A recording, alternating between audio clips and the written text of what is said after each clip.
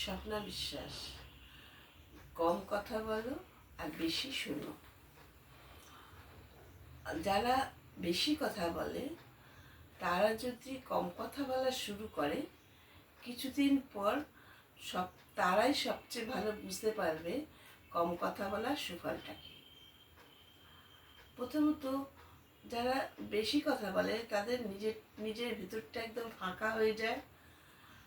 তাদের বেশি কথা বলার জন্য অনেক ফালতু কথা বেরোয়, গোপন কথাও বেরিয়ে যেতে পারে, তখন তাদের বিপদ বাড়ে। বেশি কথা বলার জন্য পরে তাদের আফসোস হয়। দ্বিতীয়ত, যারা নীরব থাকে তারা নীরব থাকলে অনেক সমস্যার সমাধান হয়। নীরব থাকার অনেক দাম।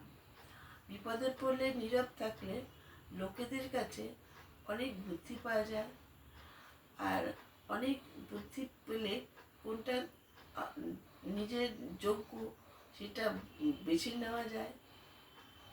আর তৃতীয়ত, বেশি কথা শুনলে আমাদের জ্ঞান বাড়ে, আর প্রয়োজন হলে সেটা আমরা প্রয়োগ করতে পারি। জ্ঞান আমাদের একটা বিরাট সম্পদ, সেই জন্য কম বলতে হবে, বেশি শুনতে হবে।